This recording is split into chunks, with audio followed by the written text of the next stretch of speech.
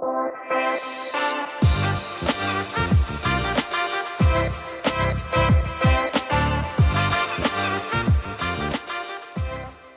and welcome to the Focus Series, a podcast channel from AUA's Media Lab. Today's session is part of the iResilience project, a Swedish Institute-funded collaboration between AUA and scholars in Estonia, Sweden, and Ukraine. The iResilience project aims to enhance the resilience of societies in cases of crises by contributing to the growth of well-informed communities and promoting good governance practices. I'm Shant Shahrigian, the director of AUA Center for Excellence in Journalism, and I'll be talking today about disinformation with Lusine Grigoryan and Artur Papyan. Lusine is a media literacy specialist with a background in journalism, media research, and media education. She has worked at organizations including the Media Initiative Center and Internews, promoting media education and developing media literacy and fact-checking education programs. Artur is a veteran of Armenia's struggle with disinformation. He is the president of the Yerevan Press Club, director of the Media Diversity Institute Armenia, and a digital security and media consultant. He previously worked as a journalist for outlets including RFERL's Armenia service. Lusine and Artur, thank you so much for joining AUA for the iResilience project. And I think we should start out with some definitions, since different experts say different things about the terms we're going to be using today. So Lusine, if you please, can you tell us how you define disinformation and its close cousin, misinformation? Hello, and thank you for the invitation. Yes, indeed, you can find kind of variations of the definitions of disinformation, but basically we're talking about intentional and deliberate creation and spread of false, fake information with the intention of manipulating the audience and gaining some credit. And misinformation would be the false information that you share and spread by mistake without bad intention. Great. And can both of you tell me and our audience, how do you encounter disinformation in your lines of work, and why is this a topic that you think people should care about? Maybe starting with you, Artur. Well, most of this information in Armenia is disseminated via Facebook and other social media channels like TikTok, for example.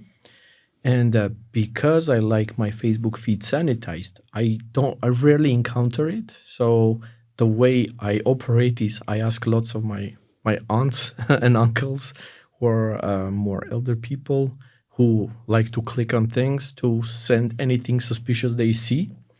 There are also lots of colleagues who send things asking me to double check. So very often I get the secondhand disinformation.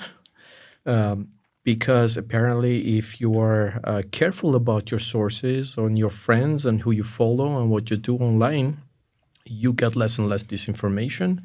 And on the contrary end of the spectrum, if you're clicking on everything like crazy and you're joining suspicious groups, you tend to get more and more of that. Lusine, would you care to chime in? Why is this an issue that people should be concerned with?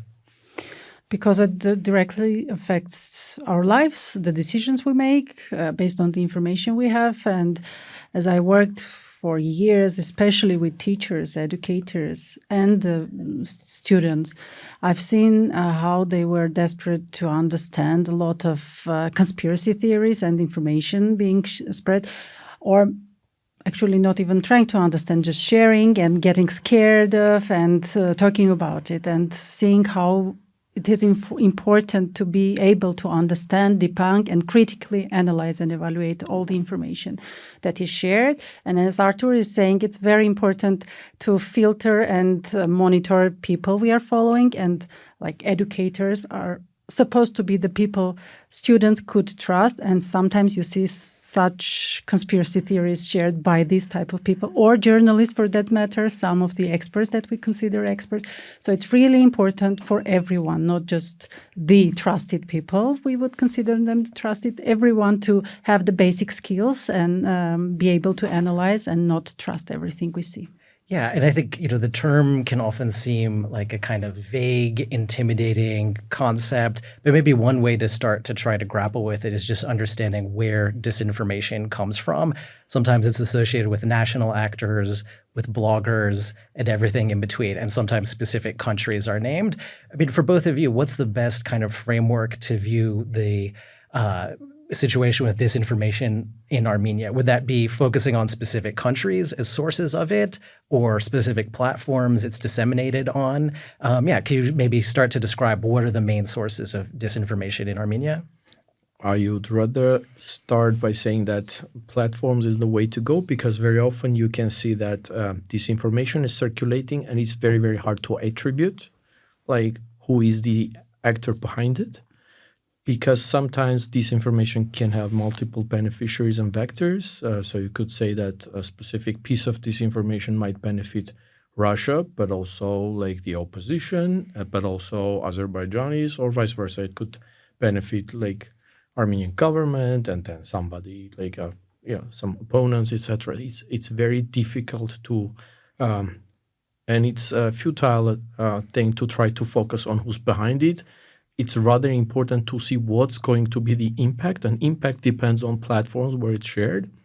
In recent years, we see more disinformation circulating through Telegram due to very unfiltered nature of its dissemination system. But also we see a lot of that stuff going on Facebook, YouTube, social media in general. So I like to start my journeys in those avenues and then try to filter down, see where else it is shared and who else is sharing that. That sometimes gives you a pretty good metadata. Like if you can see that something was posted by this particular person, but at the same time, almost simultaneously, it was posted also these specific media outlets and those other sources, that can give you a pretty holistic understanding of who are interested in sharing this specific piece of disinformation. And then you can drill down and try to understand who benefits, which is as close to coming to attribution as possible from the perspective that I am looking at it, which is researching and debunking perspective. Yeah, sometimes you see exact same wording like about the news in multiple platform news sources, and you can definitely see it's a network, like it's a given text and multiple sources are posting it. But also there was a term matryoshka effect, when the experts could debunk and see piece of disinformation published on Armenian newspaper, how it's traced back to mostly Russian sources, and how this unpacks as matryoshka one on the other, and how one link is connected to another one. Got it. No, I mean, I think it's such a great insight, not only talking about ways to trace back pieces of disinformation to the original source, but also posing what sounds like the fundamental question, Artur, which is who benefits. And then I think that's something we might want to revisit at the end of our conversation when we ask about maybe approaches and tools that individuals can use to empower themselves. It sounds like that will be a guiding question for news and information consumers. So I wanted to spend a few moments talking about some specific examples in Armenia where disinformation arguably peaked with the Second Nagorno-Karabakh War in 2020. And there are a few narratives that have been studied that seem to circle the Armenia Caucasus and beyond information world that I'd love if you could kind of help unpack, starting with one of the major ones, which Freedom House wrote about in a paper from several years ago that you co-authored, Lusine, the concept of foreign agents being involved in nefarious ways during the war. And that was just an allegation that you saw multiple sides hurl at one another. But could you maybe just start with that? What is this concept of foreign agents that we saw during that war, and how does it exemplify the idea of disinformation? It was not new during that time. This concept and this narrative was there for years, and the previous government or associated sources would target civil society with the term Soros agent, foreign agent, Western agents, spreading Western values, destroying family values, and so on and so on. But as these civil society actors became the new government, the government became the barrier of this target of this wording, Western agents or foreign agents. And there was this narrative that these people came to give away Artsakh, to give away Karabakh, and during the war everything was intensified. Given the very bad communication from the government side. The propaganda, obviously, it was war, and there was this propaganda about winning narrative, the narrative of winning. Plus, there was the context of COVID crisis. So there was a huge distrust, skepticism, very difficult time. So these narratives, and not only that one, there was a peak and there was a lot of tension in the information space, and it affected the society, and it targeted not only the government, but a lot of groups in the society, especially civil society. Yeah, so I'd like to hear a bit more about where this allegation came from and who specifically was being targeted. But could one of you maybe spell out why this specific type of disinformation seems to resonate so much with audiences here? Is there something, it seems to me that there's this insinuation of nefariousness, of being disloyal that's implied with the phrase foreign agent or agents of Soros. I believe the Armenian, according to your report, Lusine, is Sorosakan, was used at the time. Why is that a kind of term that seemed to strike such a nerve at the time? Well, like Lusine said, this comes from old times. And in fact, if you look at numbers carefully, you will see that government institutions, even the police, universities, were among the top net receivers of Soros funding, for example, because that was Open Society Foundations, which supports institutions. And Soros is exemplified and targeted. That comes from Russian media sphere. And when Russian actors pull away, you can see big reduction of this speak and this linguo. But when Russian disinformation gets involved, you always see a rebound. So apparently that comes from the position that Open Society Foundations has these values that there should be democracy and governments would change. And guess where the government hasn't changed for the last 25, 30 years? Russia. Unlike Armenia, where you have some types of changes. And also, guess who wouldn't really like to see a revolutionary civil society forces trigger a change of government? Of course, the governments which don't change, like Belarus and Russia. So essentially what I feel is Russia felt a big threat when they saw that through peaceful, like this protest situation, when civil society was actively involved, but also lots of opposition and economic forces were involved. And nobody talks about that. Like Pashinyan-backed forces, they had the backing of some Armenian big business.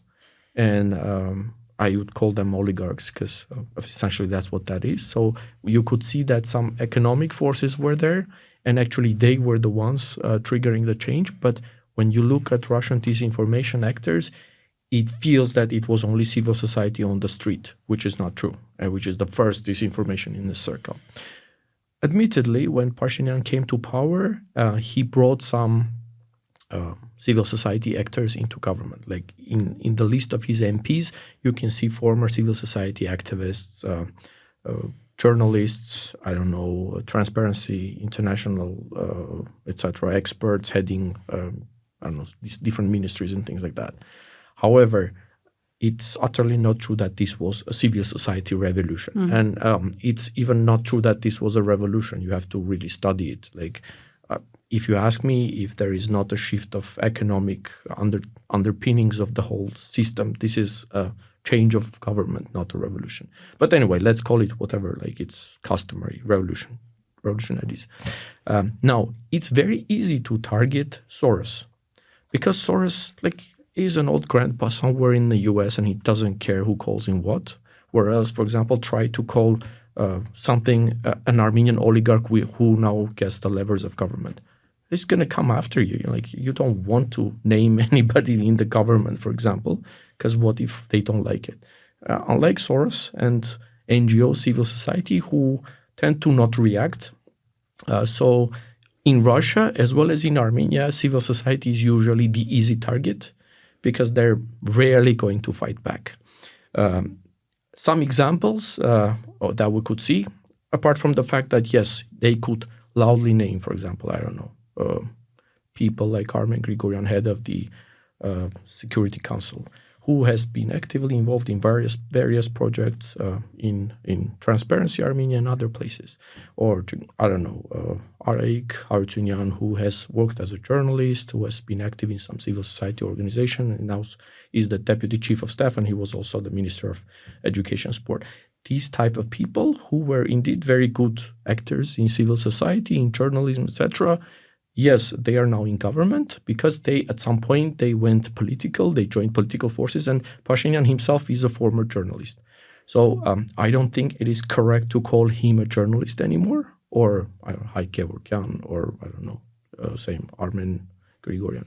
How do you call them civil society? Those people got engaged into a political movement, and at that point they stopped their journalism career, their civil society career.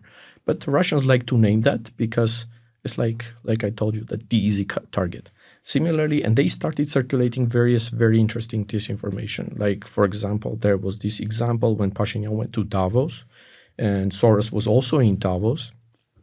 And Soros met their Montenegrin president, and there was a photo published somewhere in social media. And then the other way you look at it, and you see a doctored photo, an edited photo of Pashinyan with Soros. And the funniest thing of all, Armenia's first president, Levon Ter-Petrosyan's photo is stuck on the wall, like in Davos. And can you explain the logic? And it's like, see, Pashinyan is meeting Soros in Davos. This was before the 2020 war, but that was like one of those very vivid examples, which was like actually pretty funny. Considering this clearly manipulated piece of disinformation to undermine and the government. The whole idea. But I think this all stems from the fact that Putin was dead scared about the fact that Russians would think, oh, so Armenians did protests peacefully. They went on a street and they they came to power and they, toppled the government. What if Russians also want to do this?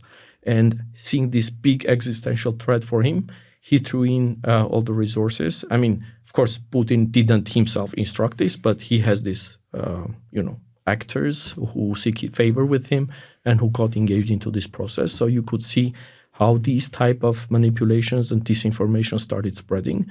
And you could see all the time how especially some people like of Armenian origin in acting in Russian media space were especially actively attacking Pashinyan government because they had very good ties with the previous ruling elites in Armenia, and they lost their position and they were seeking to grab it back, and they couldn't. And this frustration literally showed in their Twitters and Telegrams and various posts. Got it. So the foreign agent narrative, the Sorosakhan narrative, seems to exemplify disinformation, that when we pursue the line of inquiry that you put on the table, Artur, who benefits, leads back to Russian or Russian-backed sources. Azerbaijan's President Aliyev also repeated this narrative, accusing foreign agents of being at work in Armenia. I mean, that's, at a time of war between the two countries. I want to shift the perspective a little bit, when we're talking about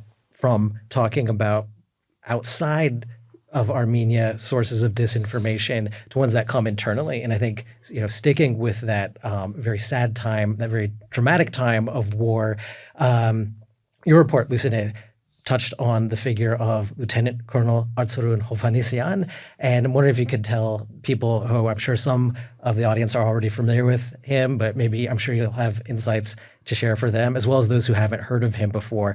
What role did this government figure play during the Nagorno-Karabakh war? He was the face of state official information, and at that time, because of the COVID and the war, the media was restricted to share only official information. So Artur Hovhannisyan was the main source of information, basically, about the state of war.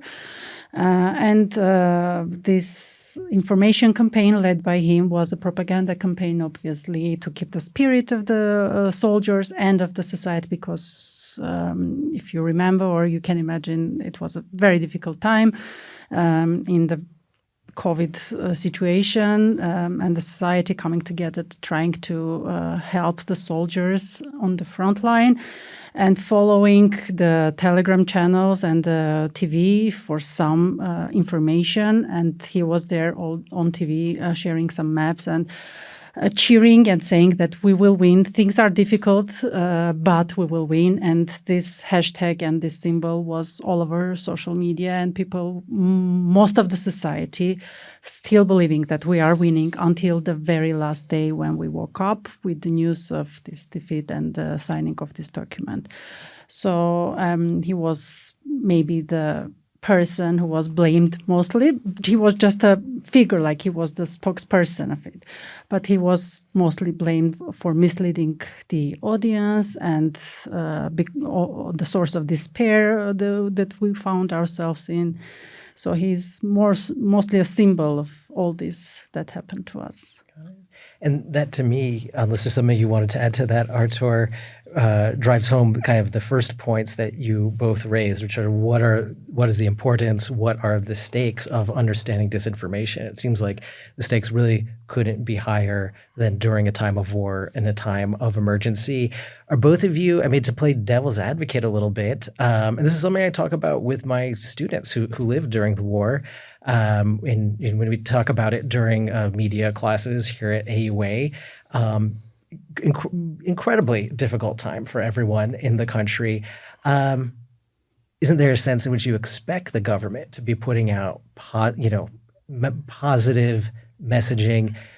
I guess the devil's advocate question is, do you cut the government some slack when it's stating things like we're on the cusp of victory right up to the last moment when it becomes clear that the country is not? Well, one thing to understand is because of this highly optimistic messaging, people who might have, in other words, taken arms and gone to the front line wouldn't do that, because everybody was like, if we're winning, like maybe I can make myself useful here in the back, like try to collect some, I don't know, aid or do something. So the government called for, arms and to take arms and go to the border, etc. But that was very contradictory messaging, because the official line was, we're winning, we're gonna, we are doing some tactical retreats because we want to regroup and put the enemy in a special situation, and then we'll hit them, etc. And this fact, this not very strategic and not very considering messaging, in part affected the fact that nobody, actually, like very few people wanted to join the armed forces and maybe volunteer and go help out in the front line. That's the first thing. And also, yes, I am also guilty for cutting some slack, because people were coming to me and saying, okay, you're a media expert. What do you think? Where should we get the information? I was like, well, there is a law that it should be official sources, and you should understand that from Azerbaijan, all you're getting is their official propaganda. So maybe it's a good idea here to stick to Armenian official sources, and I didn't know at that point yet, didn't know any better. In Armenia, usually if things are bad, if something's happening, we tend to tell the truth. And the defense ministry at that point had a pretty solid level of trust, and it let go all of that trust, just threw it away by not doing anything. And even with Artur Papyan, at some point, like he was refusing to go on TV and speak, and then somebody was taking their place, was saying Artur is sick or unwell, he's not coming, because the guy was literally highly triggered. And I can understand his position, because at the end, at some point when I started also telling people, like, make sure that you have diverse sources. Yes, follow Armenian official sources, but maybe read some of the international news. This was my personal messaging, or my personal way of saying, like, you cannot just stick to the Armenian sources all the time. That's not going to work. And to this moment, I feel guilty for this, because I was one of the people who was willing at the start, at least, to cut some slack, as you expressed, because I figured that Azerbaijan is a highly totalitarian state, and it's directing a huge wave of propaganda at Armenia, which has the specific objectives of making sure that people are scared and afraid and don't want to fight. So in this context, I felt that in this balance, it's justified that the Armenian government is trying to at least balance it somehow with more positive messaging. But if I knew all that I know today, I would be saying and advising the government, be honest, show more stuff, and maybe call for people to be more willing to stand up for bring the arms and to bring more into this world. Because, in other words, we felt that Armenians just didn't do anything. People were hanging out in the Cascade and drinking coffee when we were losing very, very badly on the front line. I want to add something. I think that these 44 days, it was just the tip of the iceberg or the peak. But in fact, there was the issue is all the stereotypes that we had and the longer propaganda for the past 30 years. Maybe the couple of most important ones are that Armenian army is the strongest in the region, and we believe that they will win. And the maybe second one, that Russia will save Karabakh. Nothing will happen. We were told, and the official narrative was, it's done. It's a done deal. Karabakh is ours. Artsakh is ours. Nothing will happen. And I think in the background, everyone had this stereotypical thinking, these narratives that something they will save at the last moment. There will happen.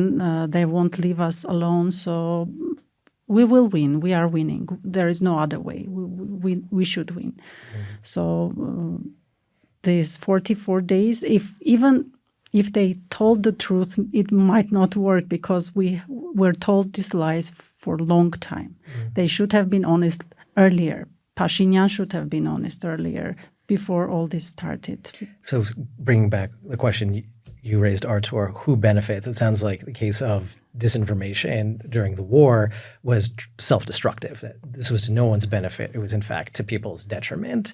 And again, that's about as high stakes a scenario as I can imagine for the question of disinformation. I want to move to more recent times, and one more recent example that we were talking about a few moments ago, Artur, was about an official tourism entity, a government-run tourism entity, promulgating on its official channels the idea that Yerevan is, I believe, the 14th safest city in the world. Now, I might look at a claim like that and state, okay, Yerevan's a pretty safe city. I don't know about lists like that. They seem a bit arbitrary. But it seems like it may be itself another case, again, with significantly lower stakes than the ones we were just talking about, of disinformation. So could you please explain, how does that exemplify disinformation, or maybe it's a case of misinformation, and what follows from it? It's a manipulation, and I still call it disinformation because, of course, a tourism agency would like to portray Yerevan and Armenia as a safe place. And this piece of manipulation has been circulated over and over again. A couple of years ago, it was a high-level official from Pashinyan's administration claiming that Yerevan is the 14th most secure city in the world, pointing to a database which is basically a user-generated database with not that many reviews there. It's like pointing to Booking.com and saying, I don't know, this hotel is the best hotel in the world in Armenia. When you look at it and you can see that half of it was hotel-funded search engine optimization people clicking, putting only 5 high marks so that they rate higher in there. And when you look at this data set that tourism agency shared very recently, a couple of months ago, they were claiming actually that Armenia is the 8th safest country in the world. Again, pointing at the same data set, which when I was looking at the point, I think about 140 people had marked it. And you could imagine how government might hire a couple of consultants to go and click and submit a bunch of positive reviews to affect the score.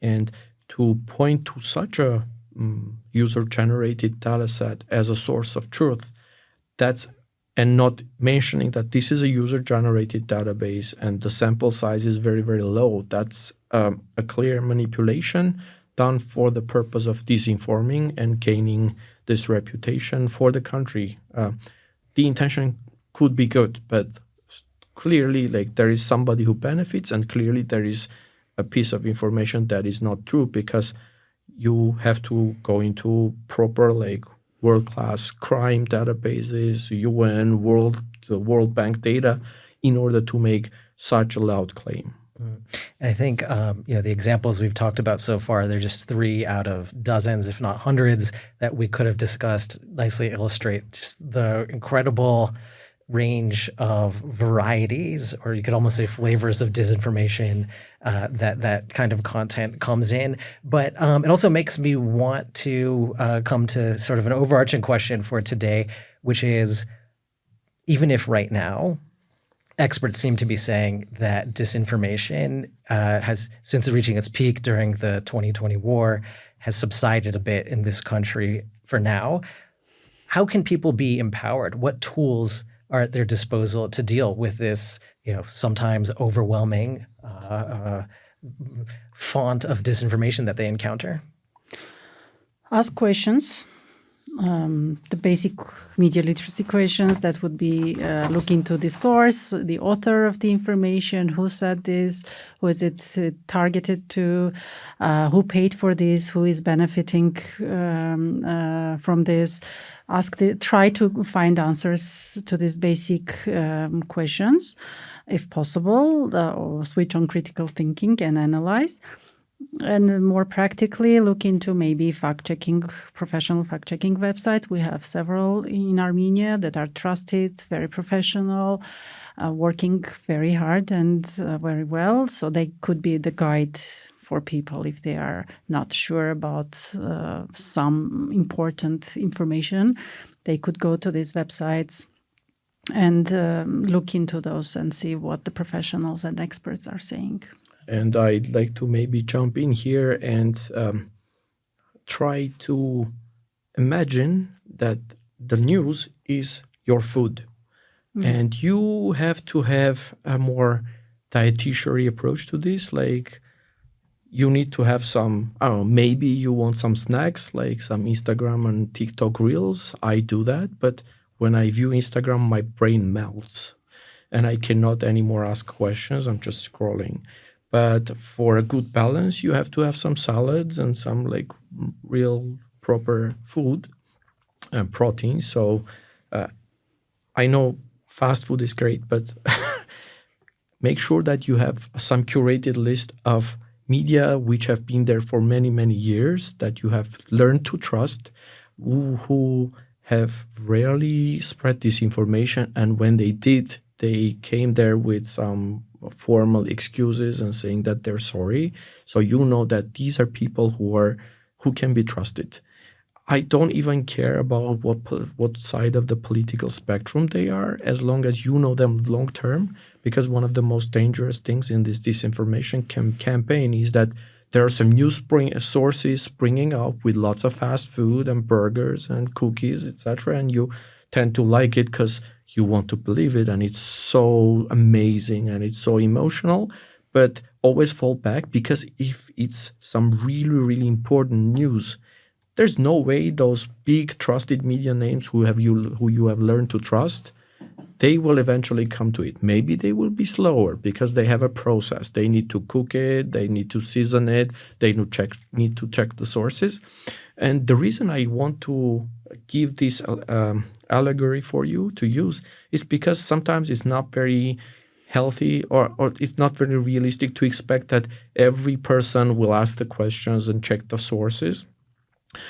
It's just not going to happen, but at least those people could, for themselves, have a little bit more curation of their feeds, check who they're following. There are people who are very fast at delivering information, and you like to follow them because you'd like to be on the know, but also try to understand that there are if somebody is fast, they're bound to make mistakes, and that could not even be disinformation. They could be misinformation. That is to say, unintentional sharing of false information because they are, by the virtue of them being so fast. So maybe, also make sure that you get a healthy diet of more relaxed and checked and balanced news. My favorite media, even though you're not asking for my opinion, is HEDC. So why don't you put HEDC in your prime list and then work your list up from there? And watch out for emotions. Anything that makes you very emotional, fearful, angry, joyful, that's another thing, because disinformation, most of the time, they exploit information and try to make people weaker, because when we are emotional, we don't think often straight. So if someone offers you a lot of money for free, or someone is threatening you, is there a piece of information that makes you very, very angry? That is worth checking. Brief last question, if you could provide brief answers. Armenia has a national election next year. Experts seem to think that if disinformation has subsided since the Nagorno-Karabakh war, it might peak once again. What do you think people here and abroad should be on guard for in an election year? Elections is a high stakes game. That's why I also second that opinion. The term fake news came around in 2016 US election campaign, literally. So when there's shift of power, when there are electoral processes, you see disinformation actors gaining steam. And we saw this in Armenia as well.